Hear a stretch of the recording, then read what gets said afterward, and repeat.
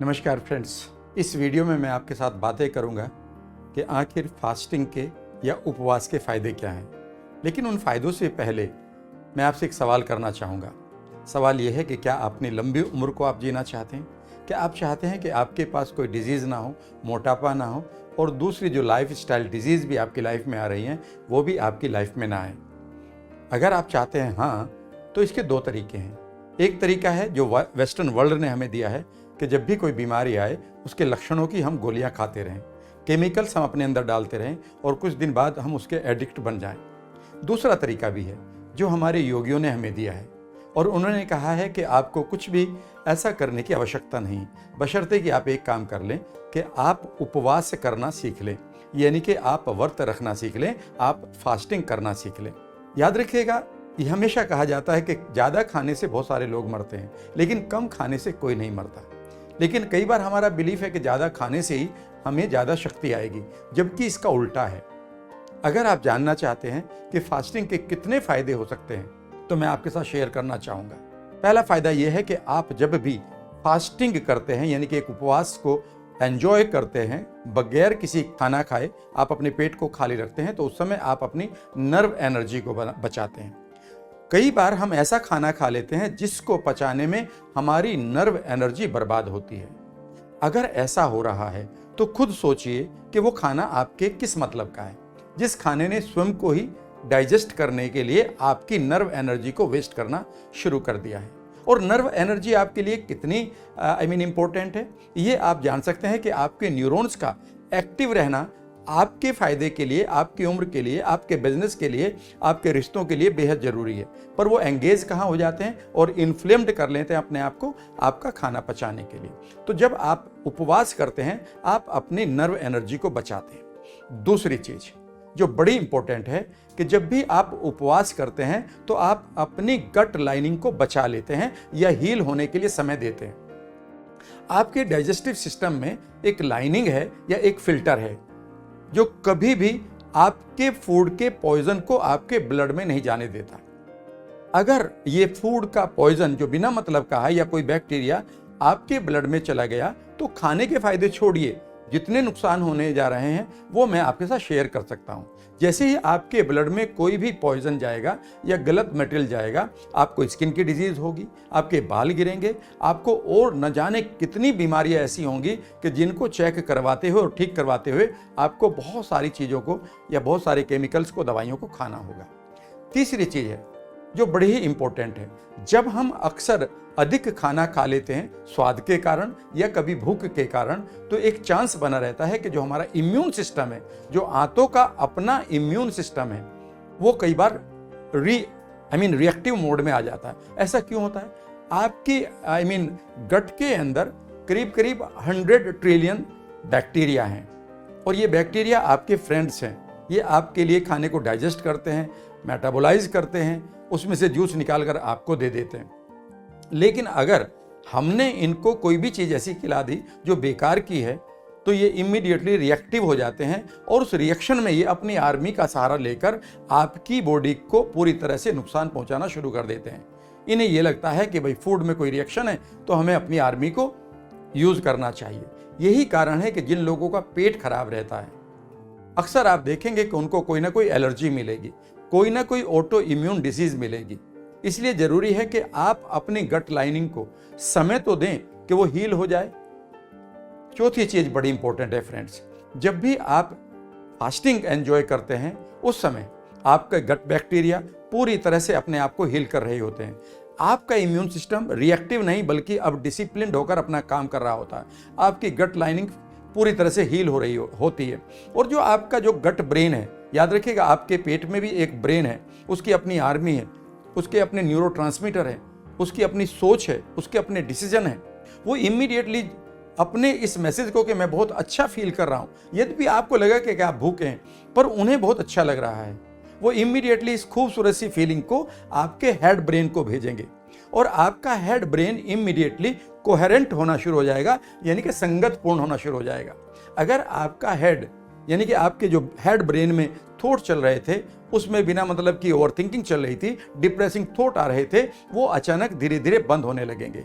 और जब ये बंद होंगे तो पांचवी चीज बड़ी इंपॉर्टेंट है कि आपके बॉडी के अंदर एक ऐसा माहौल बनेगा, एक ऐसा एनवायरनमेंट बनेगा जिसे हम कहेंगे कि ये हीलिंग मोमेंट है। और जब भी ऐसा प्रोग्राम या ऐसा एनवायरनमेंट आपके अंदर बनेगा जहां पर आपकी बॉडी, जहां पर आपका नर्वस सिस्टम, जहां पर आपके न्यूरॉन एक हीलिंग को एंजॉय कर रहे होंगे, तो यही एनवायरनमेंट आपकी जीन को दोबारा ठीक होने के लिए चाहिए।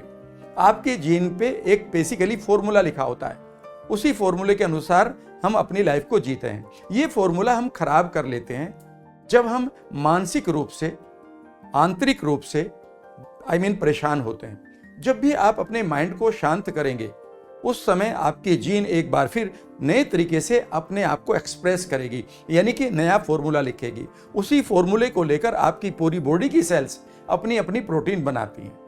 कहने का मतलब है कि अब आप अपनी जीन को नए तरीके से ट्रांसफॉर्म कर रहे होंगे, चेंज कर रहे होंगे।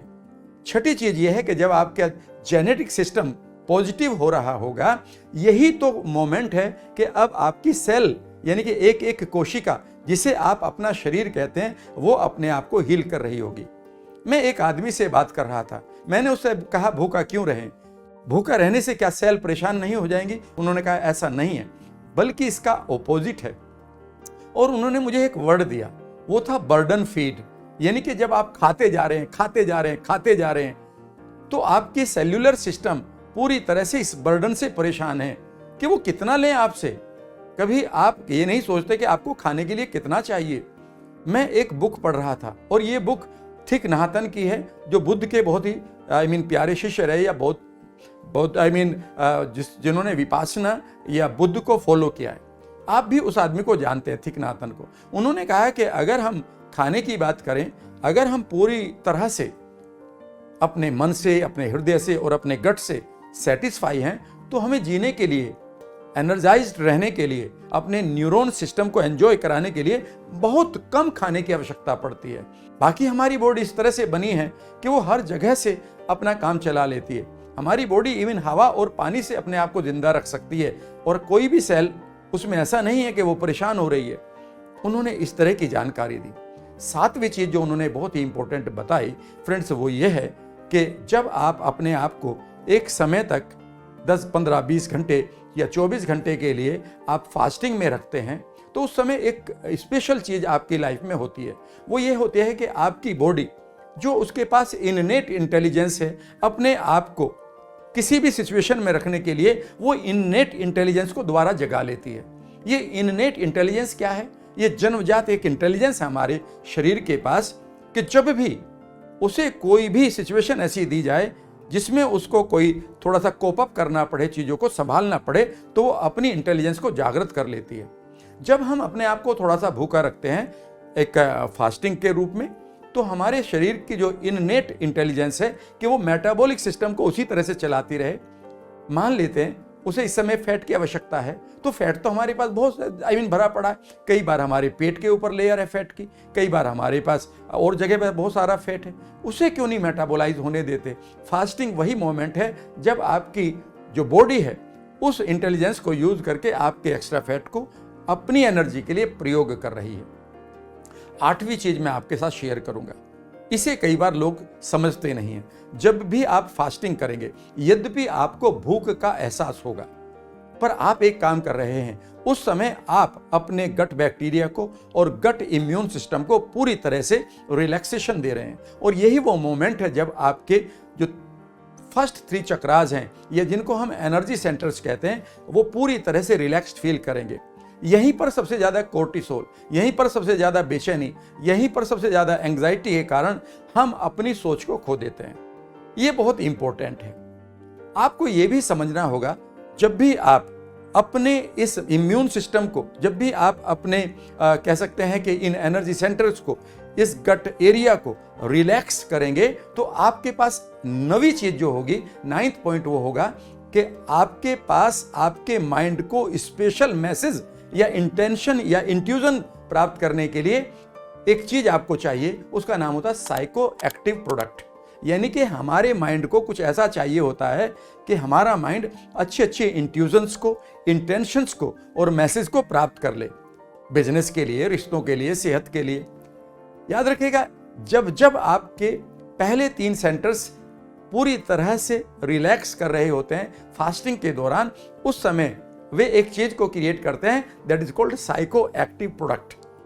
और ये साइको एक्टिव प्रोडक्ट बेसिकली आपके माइंड को एक्टिवेट करता है और एक नए जोन में ले जाकर आपको बहुत सारी ऐसी इंफॉर्मेशन की जानकारी देता है जिसको आप उस समय नहीं ले सकते जब आप पेट भरा हुआ हो या आप लिथार्जिक हो या आलसी हो। और 10वीं चीज बड़ी इंपॉर्टेंट है, उसे कभी नहीं भूलना। जब भी आपका फास्टिंग के दौरान गट एरिया शांत होता है, उस समय ये आपके सिर्फ माइंड के साथ ही बात नहीं करता, हेड ब्रेन के साथ ही बात नहीं करता, ये हार्ट ब्रेन के साथ भी बात करता है।